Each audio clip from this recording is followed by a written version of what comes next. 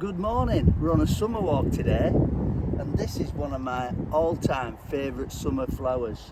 It's called meadowsweet, and if you go and smell it, it just smells of honey. I'm sure they used to use this to make mead. You have to look it up, but it just smells of honey. Come on, Norman.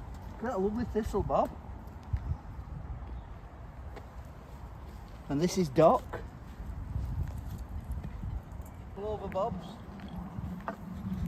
for making your estrogen tea for menopause, menopause symptoms. And white clover.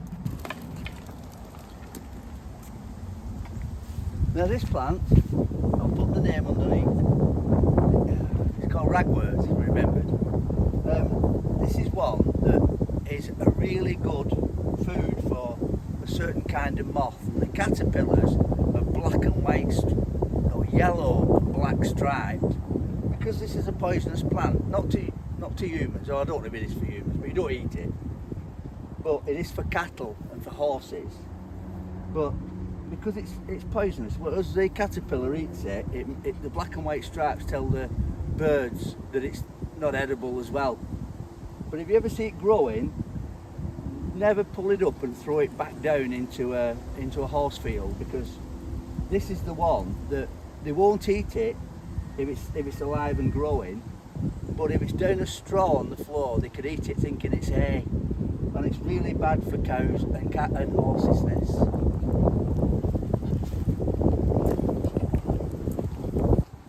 Watch this now when we throw a stone in here. Look at that. Woo. Dreamy. Dreamy. Psychedelia. And then we've also got loads of cuts in the stone where the rope used to saw through the sandstone.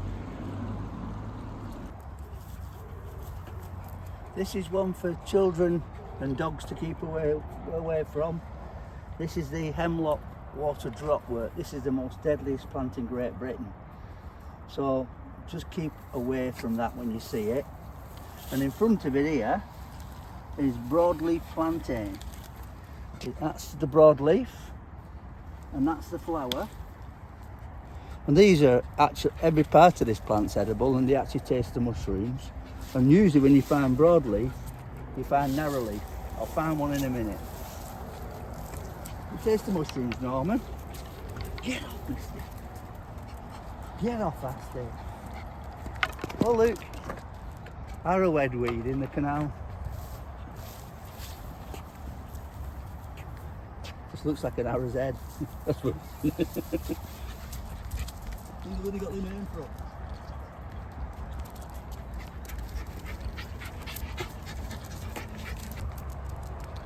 This one's called colt's foot. And then there's a narrowleaf plantain. It's not a particularly good size, but you can see it's the same as a broadleaf, but obviously long and narrow. And these are the seed heads again, and these are the ones that taste of mushrooms. We can eat every single part of these. You can even put them in stews to make your stew taste like mushrooms as well.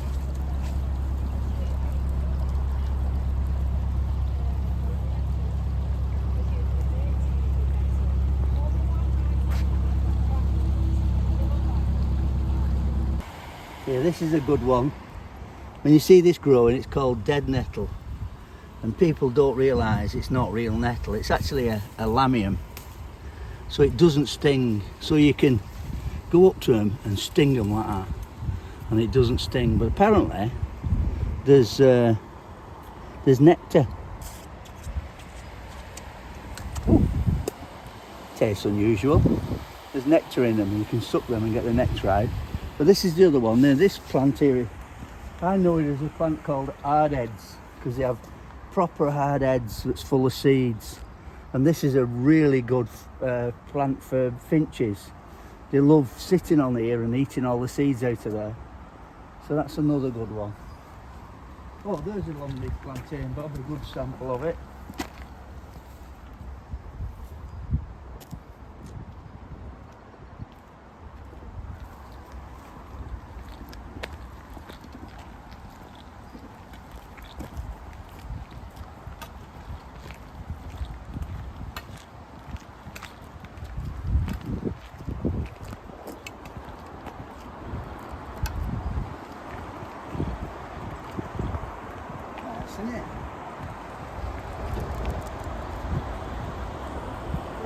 hasn't it?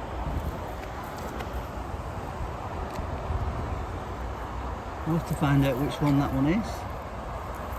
Again, it's one at Carrot Family, but I don't know exactly which one it is. There's another one there. There's Angelica, there's all kinds of different these flowers with the umbellifera flowers. Dog daisies. Oh, you can smell that.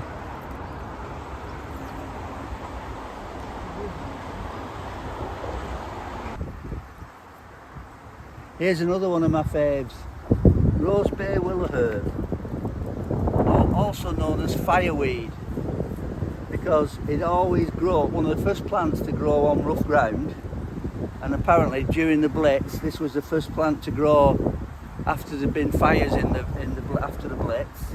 But it's also known as a fireweed because of steam engines used to go tearing up and this time in hot weather like this, just go tearing up the railway, set fire to the bankings. All the bankings used to burn, and then the first thing to come up was fireweed.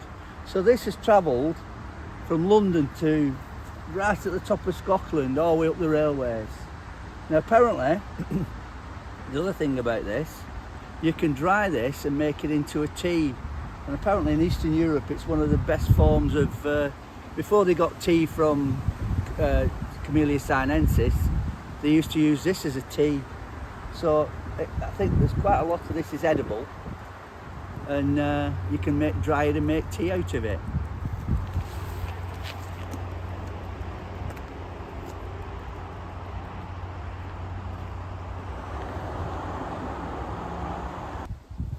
Okay, this is one for the children who's going to go out playing in the woods this weekend, or any time through the summer holidays. We've got school holidays coming up.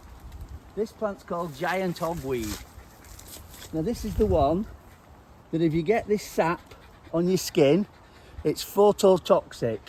It can bring you up in 3rd degree burns. So if you ever break the skin on this and get it on your skin, make sure that you cover it up straight away.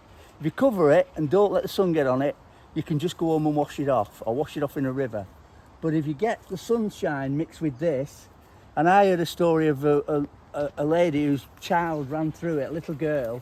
She got covered in the sap, then went in the sun, ended up in hospital for 2 months, and then couldn't go on summer holidays for 2 years, 2 or 3 years. It comes back every year, this burn.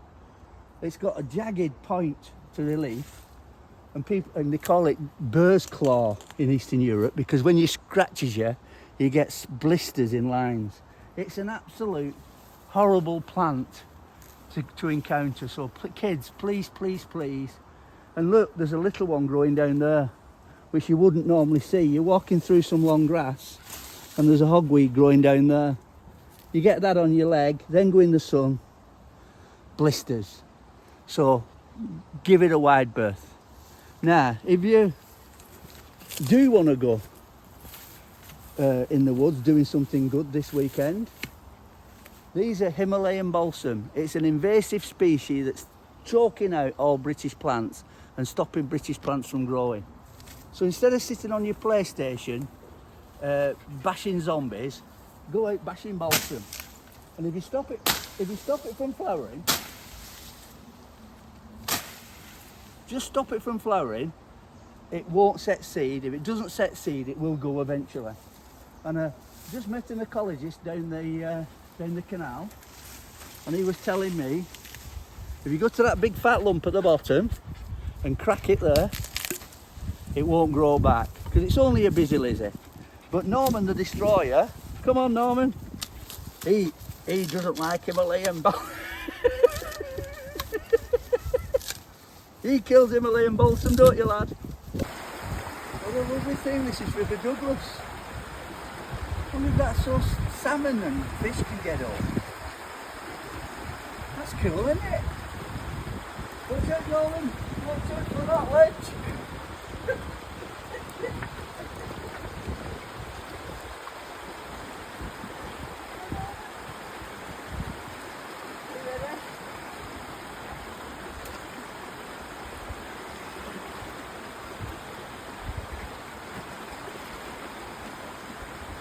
good lad.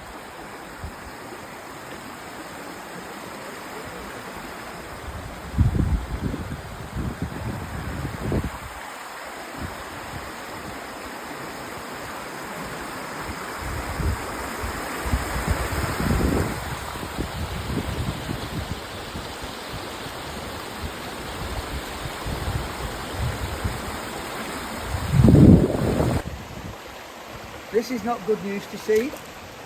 This is floating pennywort. This grows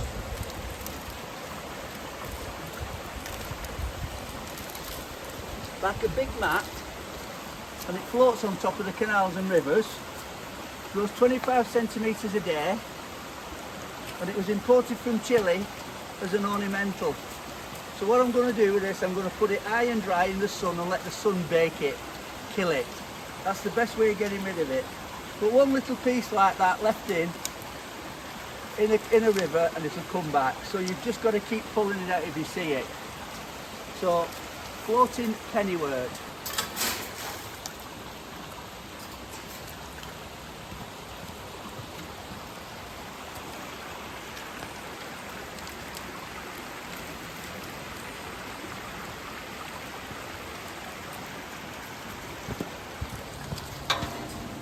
Norman hates it as well, don't you, lad?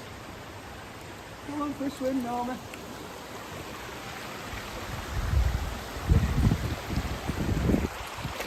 Come on for a swim. Are you ready? Yeah. Come for a swim, Norman. Are you ready? Go get it.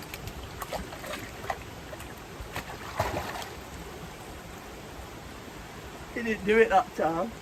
Do it again. Again. Come on, Norman. Come on, Norman. Are you ready?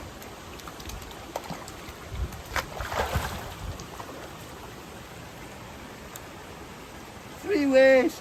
Last time he got it stuck on his nose. Oh, you jack.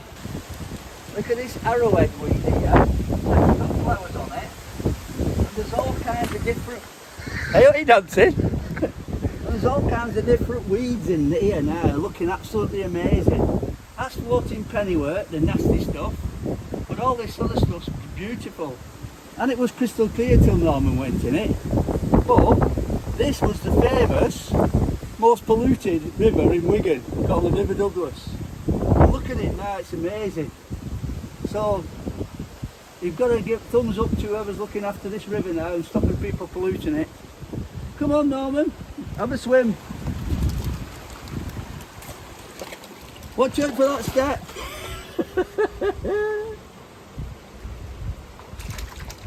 He dove in then, Bob. You did? Stick over there. We're not going to stop this penny, are we? You're not?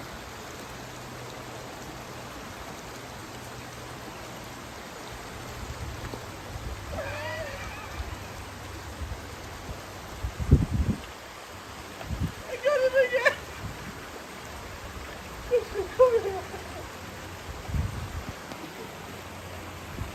Did I get him again with that one? Where's that thing you got? Where's he gone? See if I get him again with it. You have to watch him here. Right. We can see it, he can't. Are you ready? Are you ready now? Ready?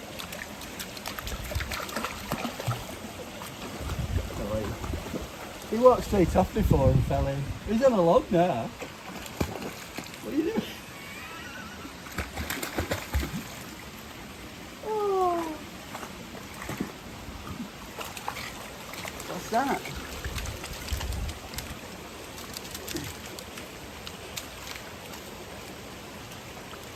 Not that is. You're not going getting that, Norman. No.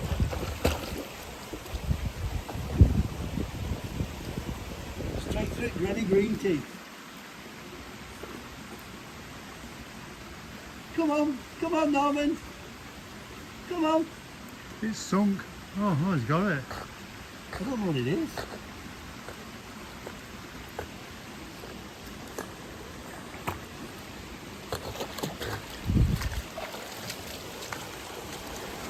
Here, Norman.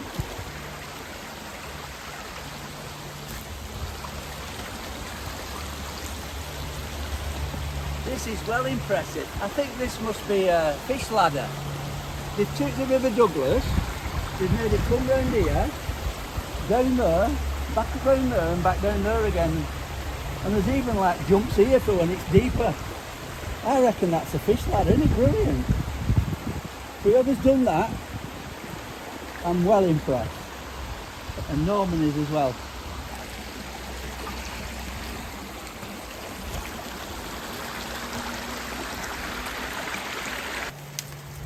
This is very ornate, looks Victorian, and this is in the middle of nowhere, about 200 yards away from canal between Crew Call and Appley Bridge. Norman, don't fall down there. But it's some kind of sluice gate or something, but it's obviously a substantial piece of architecture. That's cast iron, that's brilliant. In the middle of nowhere. If anybody knows what that is, please let us know, because I'll be very interested.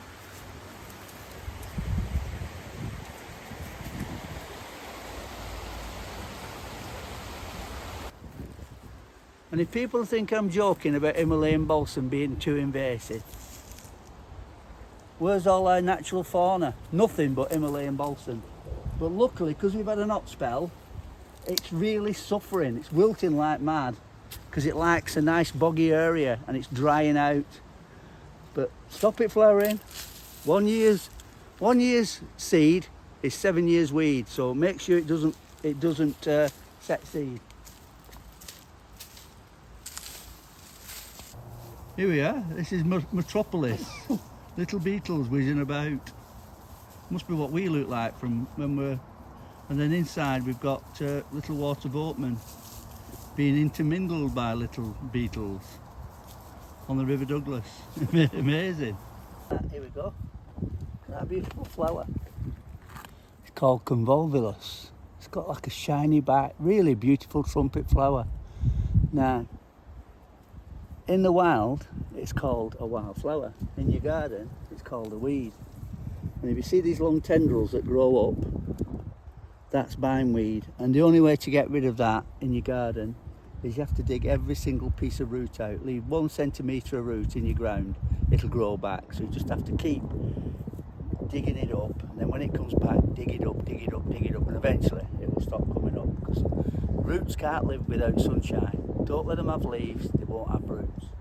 But in the wild, and if you've got a space where you could leave it, let it grow, because it's beautiful. And this is bird vetch. And there's a yellow vetch somewhere as well, I've just seen.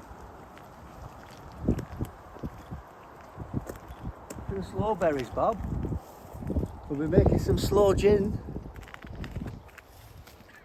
Said this on the earlier videos. Look at this is serious. This is giant hogweed hidden at the side of the canal, looking innocent enough. But you can see it's got the big massive leaves with the purple stems. You see the purple stem down there? That's the one you've got to watch out for. This is the one with the phototoxic sap. That's normal hogweed under Norman there. So you can see the difference. So keep away from this. This is when it can be really serious. I'm going to report this one, because this one next to the canal is dangerous. Here we go, kids. This is another good one. This is, we used to call this sticky bobs when we were kids. It's nature's Velcro. Pull one off. You see, each plant's got a little hook on. And if anybody's got a woolly jumper, it sticks to you. And it's designed to stick to animal fur. So when it pulls off, the seed will spread. Anyway, its common name is burdock. And you've heard of dandelion and burdock drink? Well, it's the root of this that they make burdocks out of. So it's actually a burdock plant. Interesting fact.